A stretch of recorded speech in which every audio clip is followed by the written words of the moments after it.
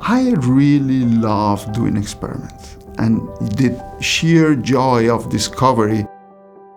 My role as a PI is several, I would say. One is to really guide them, but also let them develop their instinct and their creativity and take their projects to the next sphere.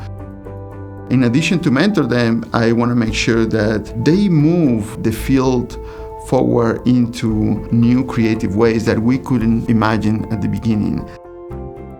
Passion is really the fuel that will feed every other element that is required, such as design of experiments, the creativity, the mentoring of individuals and interpeople skill, and the leadership.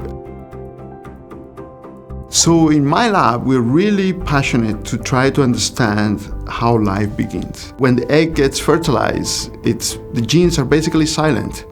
And they have been silent in the mom for months to years. So when fertilization happens, this whole machinery needs to start.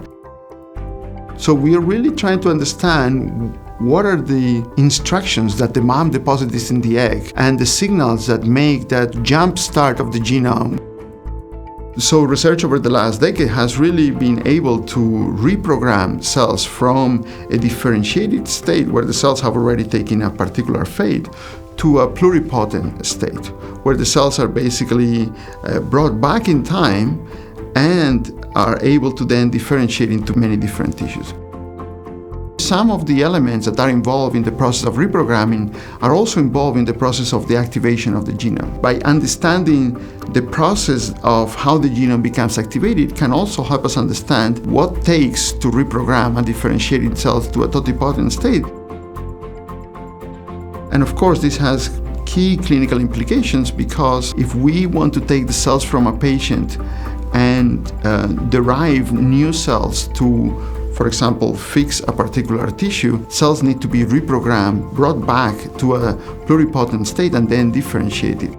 So on one hand, it can lead us to understand better the process of reprogramming and fertility in humans. But on the other hand, it can really let us to understand and decipher the regulatory code of life.